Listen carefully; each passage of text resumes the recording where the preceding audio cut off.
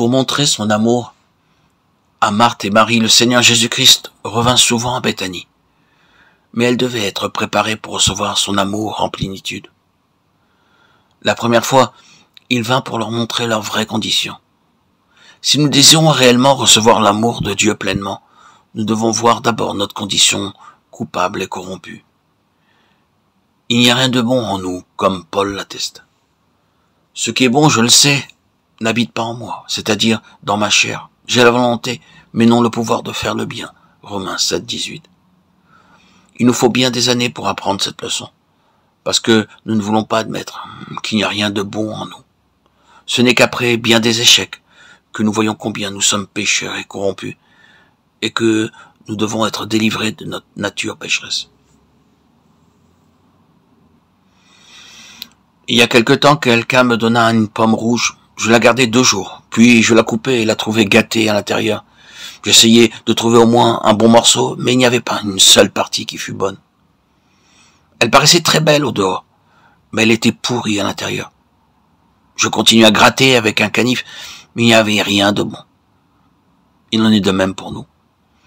Extérieurement, nous paraissons bons, mais intérieurement, nous sommes pourris. C'est notre nature.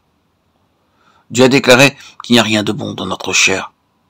Par conséquent, notre vie est souillée, pleine de faiblesses et de défauts. Le serviteur de Dieu l'atteste.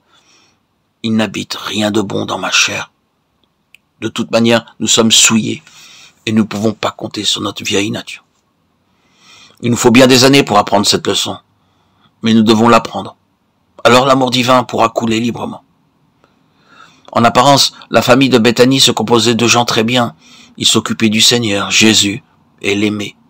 Ils n'étaient pas comme les pharisiens et les sadducéens qui cherchaient à le prendre en défaut.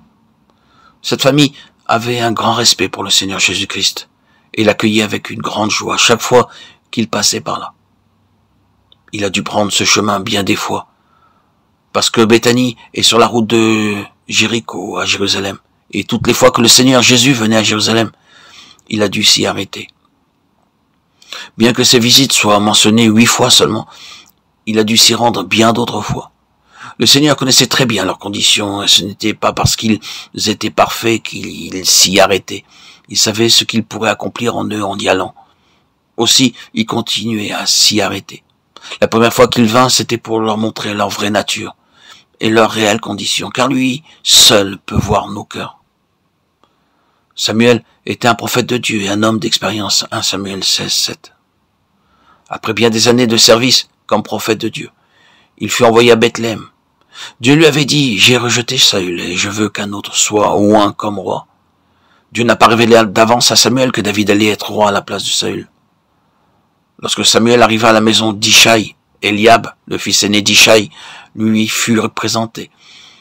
Il avait une belle apparence, un corps puissant. Il aurait été bon qu'il fût roi, à en juger par sa taille. Ses traits et son maintien. Tout était parfait en lui. Samuel l'examine attentivement et voyant sa stature, sa prestance et sa grandeur, il se dit en lui-même, Eliab est certainement fait pour être roi. Ce doit être le choix de Dieu. Mais Dieu lui dit clairement, ne te laisse pas abuser par son visage. Je l'ai rejeté. C'est comme cela que les hommes sont souvent trompés. Aussi bon que nous paraissions, cela ne satisfera pas Dieu. Un homme peut avoir une haute opinion de nous parce que nous parlons bien, poliment et que nous paraissons humbles. Marthe et Marie appartenaient sans doute à une bonne famille. Lorsque le Seigneur Jésus vint dans leur maison, aussitôt, Marthe commença à cuisiner de la nourriture et Marie vint aux pieds du Seigneur Jésus. Quelle belle famille!